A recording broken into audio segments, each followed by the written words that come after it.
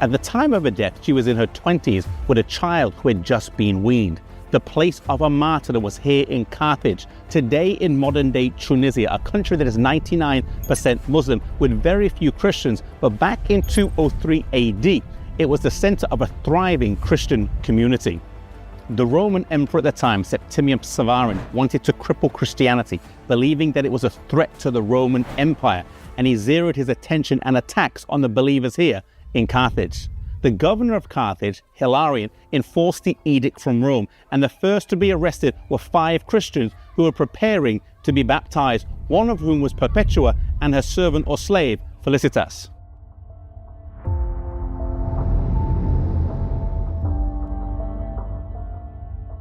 Perpetua was a woman of noble birth, but we have little record of how she came to be a Christian, or how long she was a Christian, or what it was like to be a Christian back then. She did keep a diary prior to her death though, so we do have some idea as to what her closing days were like.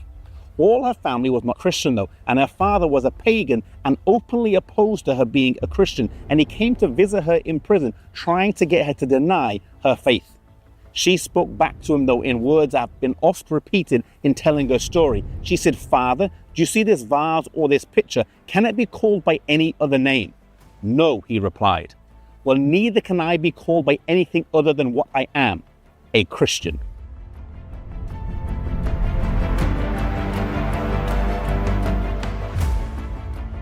In addition to the emotional torment, she suffered physical adversity with the extreme heat, rough prison guards, and the cessation of breastfeeding. Thankfully, she and the others were able to move to a better part of the prison, and she was able to breastfeed her child again. As the hearing approached, her father visited her, pleading with her to have pity on him, her mother, her brothers, and her child who would soon be motherless, telling her to give up on her pride. Though she was touched by his pleas, she was unshaken in her resolve that she could not deny her faith. As the trial started, Perpetua was the last one to be tried, with the previous 4 all declaring their faith in Jesus. As she stood up, her father burst into the room, holding her baby, saying, "Perform the sacrifice, have mercy on your child." Even Hilarianus, adjudicating, looked at her and said, "Have pity on your father, your baby, and perform the sacrifice."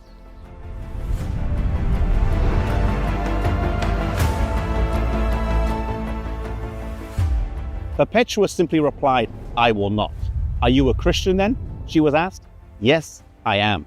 Again, her father begged her to offer the sacrifice, and this time he was beaten into silence, and Perpetua was condemned to die and taken away. Around this time, Perpetua's servant Felicity was 8 months pregnant, and it was against the law to execute a pregnant woman. They would wait instead until after the baby had been born. However, she wanted to die with her friends rather than later on her own or with other criminals. And so they gathered together about 2 or 3 days prior to the hearing, and they prayed that she could face the beast with them, her fellow Christians. Immediately, she went into labor and had a painful birth, delivering a baby girl who was then raised by another Christian woman.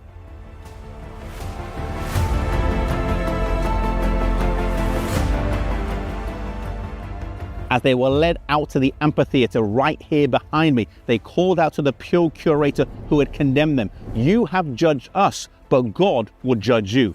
That day, a bear, a wild boar, and a leopard were chosen to face them, with a leopard killing one of them with a single bite.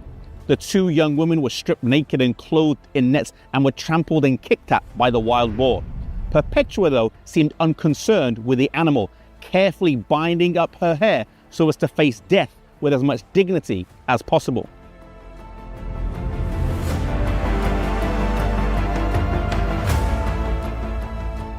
After they had been brutalized by the animals, those who were still alive were gathered together to be killed with the sword. They each gave one another a kiss of peace, and then they were stabbed. But Perpetua was stabbed by a novice gladiator whose hand was shaking, and she did not die.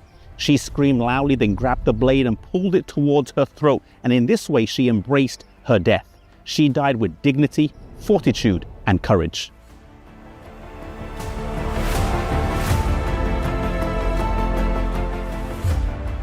A basilica that now lies in ruins was erected over the graves of these faithful martyrs, and Christians around the world in various denominations celebrate the life of Perpetua on either March the 6th or March the 7th. And Christians in this area for many years after her death used to gather and read excerpts from her diary.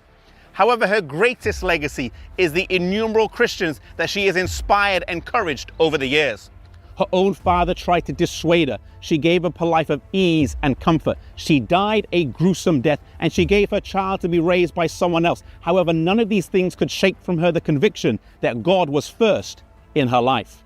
In Matthew 6 verse 33, it tells us, "Seek first the kingdom of God and his righteousness, and all these things will be added unto us." We often assume that all these things is riches or material comfort or a good education or a good family. But what if not?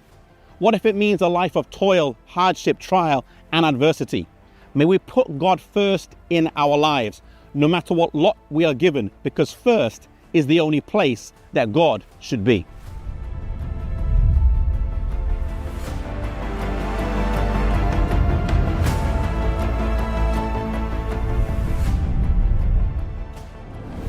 Lineage is a crowd-funded non-profit studio. We make videos, we write articles and books, and we've got a podcast. And it's all to share the stories of biblical and Christian role models in history.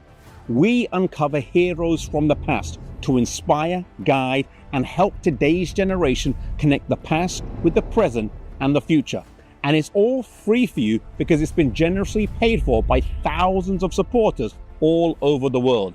Your support is helping millions of people understand their identity, their purpose, and their mission in life.